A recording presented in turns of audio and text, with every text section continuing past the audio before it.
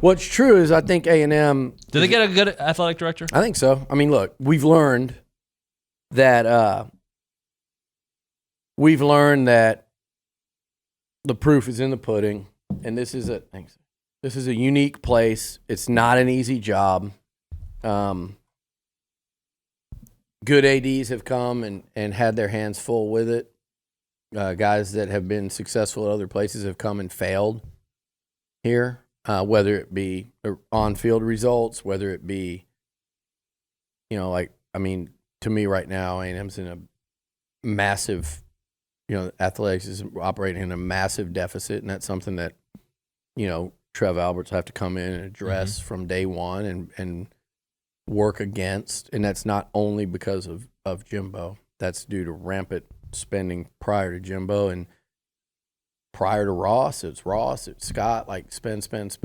And I think we're entering into a new kind of era. I was really impressed with how Mark Welsh and the search committee handled this thing.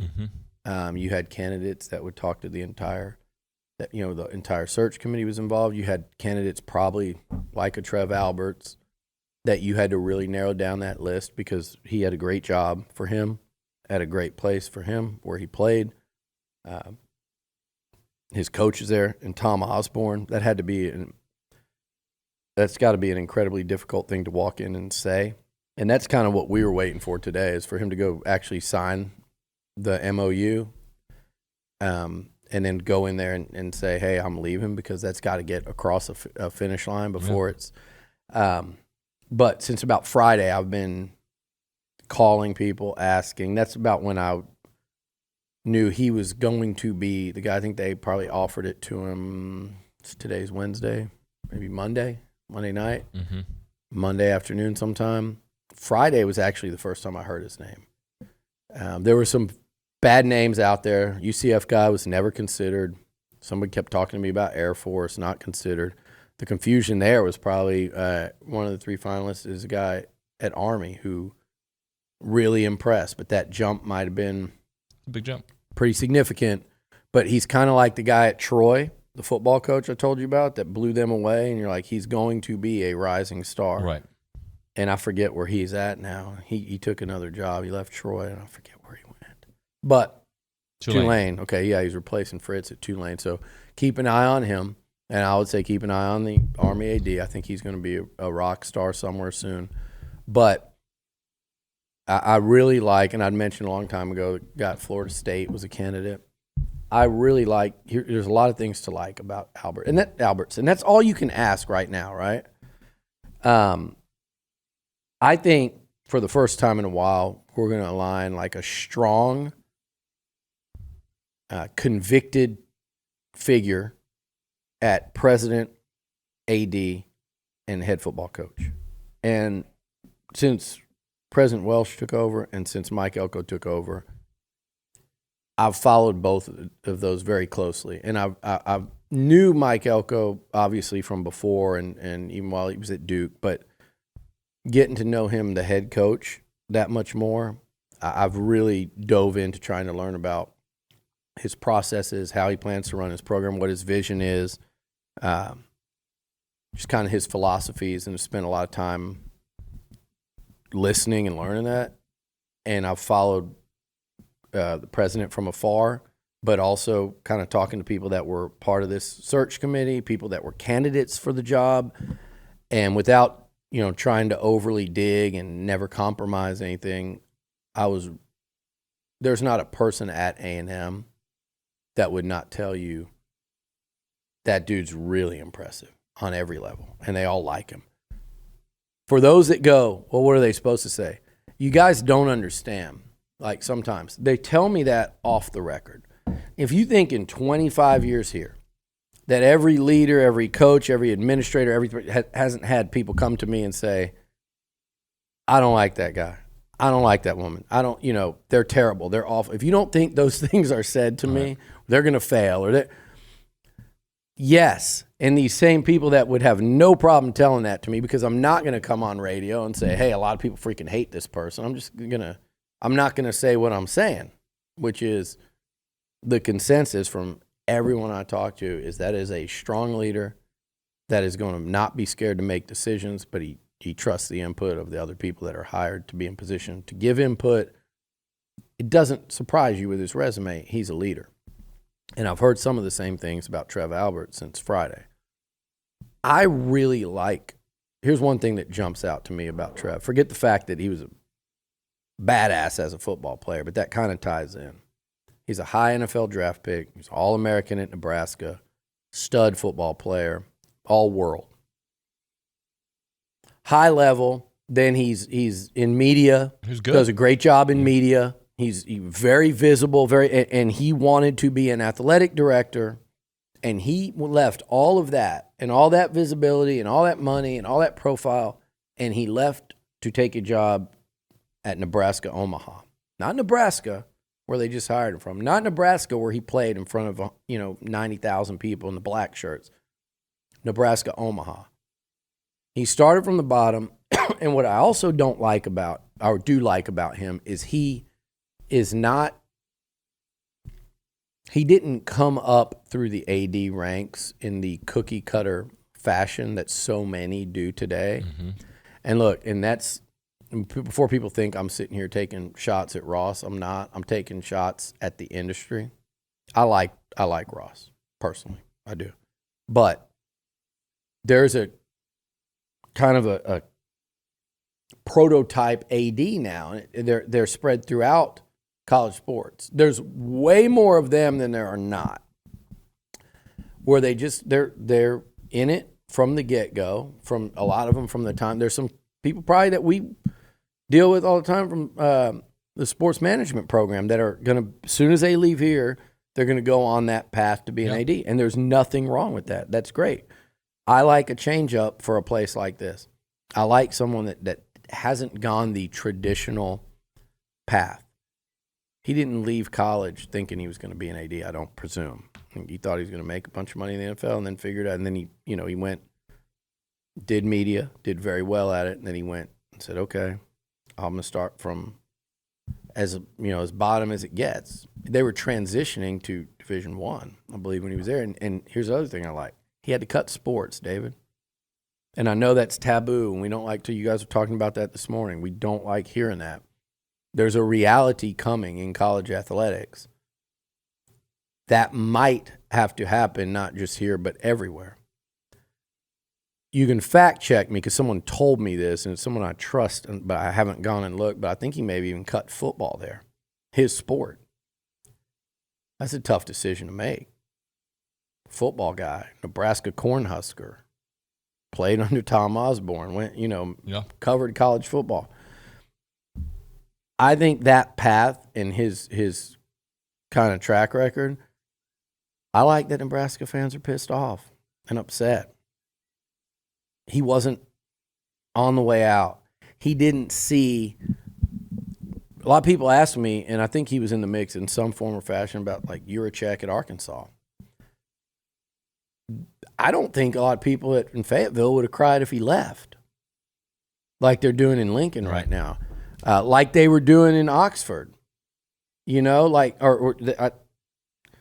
one was crying when A&M took Ross. No one was crying. It would have been crying if Yurachek had left Arkansas to come here. That's all I'm saying. They're really bummed out in Lincoln, Nebraska today in the wake of that news. And that matters. That means something. I call it the John Chavis principle because that's about when I learned that lesson. It's like, dude, when you hire a coach, and you want people to be upset when they leave. If you get a football player out of the portal, you don't want that fan base going, you can have him. They did that. A&M fans kind of understood, or people within A&M understood, when Denver Harris left, or Chris Marshall, okay, that's fine. Great talents. Good luck. When John Chavis came over from LSU, I thought it was a tremendous hire. We all did. And then you start to see the LSU reaction. You go, why aren't they crying about it? And I thought they're just like, it's the first time I'd seen it be that kind of nonplus over somebody with that type of resume. Well, since then you pay attention to that kind of stuff more, and it tends to be right more than not. That's why I loved go get Colin Klein. Yeah. I love seeing LSU fans' reaction when Tommy Moffitt signed on, even though he wasn't actively working there anymore.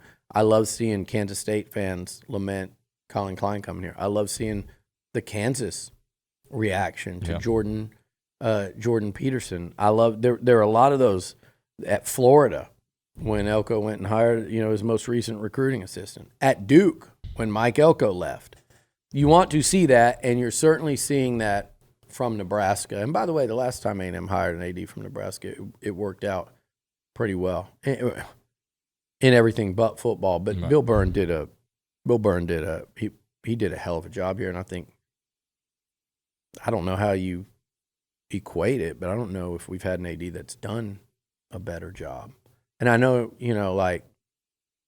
why would he leave Nebraska is going to be an interesting question. Because they wanted to keep him.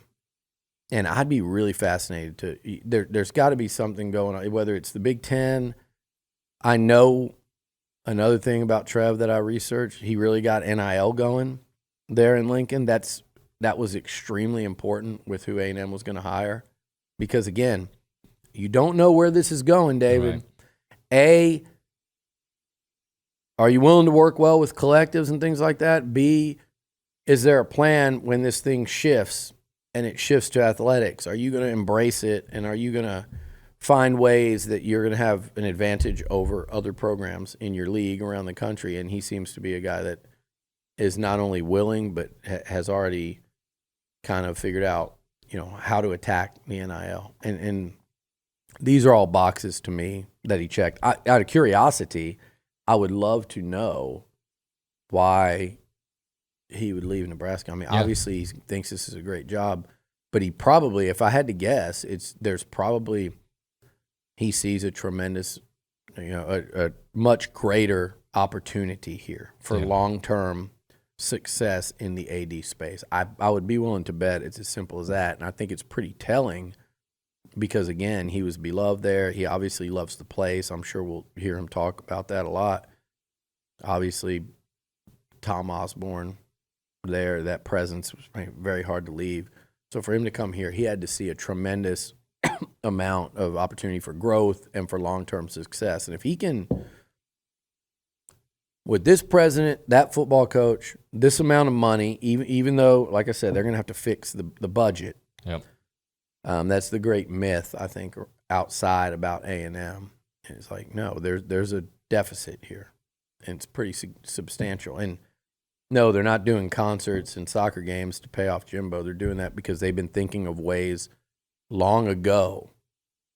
Like, they tried to get George Strait here like a year or 2 years ago, and it kind of fell through the timing of the rodeo. I think it was 2 years ago, the timing of the rodeo, and he played that. And they've been working to get events at Kyle Field for that very reason, to kind of like more and I don't think they'll make a ton. These artists make the most, but soccer, these are like high visibility events that are tremendous. But they've been doing this for way longer than when they were firing Jimbo Fisher. Kind of like right around the time he was. If anything, they might have done it to pay for the raise he was about to get, because it was back about the time when things seemed to be turning up, right? But no, look, I'm going to say this. I don't know when it'll all come out, if it has already, but Trev Alberts ain't coming cheap. Like, there's a pretty have they said what his buyout is? I haven't seen it, no. It's a pretty substantial buyout, more so than I would have thought A&M would pay for an AD coming into this thing. And Nick believes he read Ross Dellinger $4 million. Yeah, Ross put that. Yeah, so that's, again, like, these are things that we hear about and we wait until they're. But yeah, $4 million buyout is that's the exact number I was told on Friday, and that is very substantial. That's a lot more money than I would have ever thought A&M would pay to buy out. So that tells you something right there. That tells you how badly they wanted him. And it's not. I think the other thing, I don't know if Ross put Nick. I think he's coming for. He might be making less here than he was making there. That I don't know for sure, but when it plays out, don't be surprised to see that. or maybe it was he had 8-year guarantee. I think he had an 8-year guarantee in Lincoln. I think he's going to have 5 here.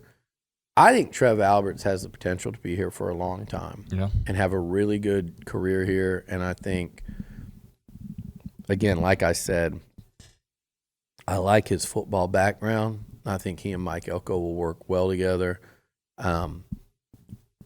He certainly doesn't present as any sort of pushover in terms of, I think the key will be how do you work with people that probably should take a step back from college football and Texas A&M football and be just take a step away and realize that's not what you're doing is getting involved in the day-to-day operations of A&M football. And let the football coach be that, and let the athletic director be that, and let the university president, and then go from there. And I think this place is slowly but surely getting a lot better in that regard.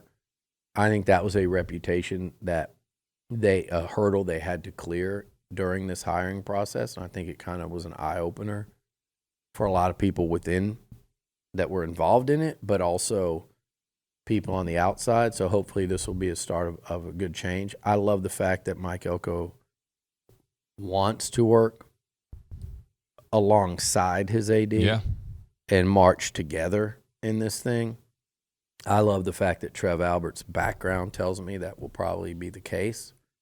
I think Elko is embracing the idea of a strong, get-it-done type of AD. Yeah. And there's no resistance on his side. That's always a problem when there's resistance on the head football coach's side. And Elko doesn't think he's bigger than the whole thing.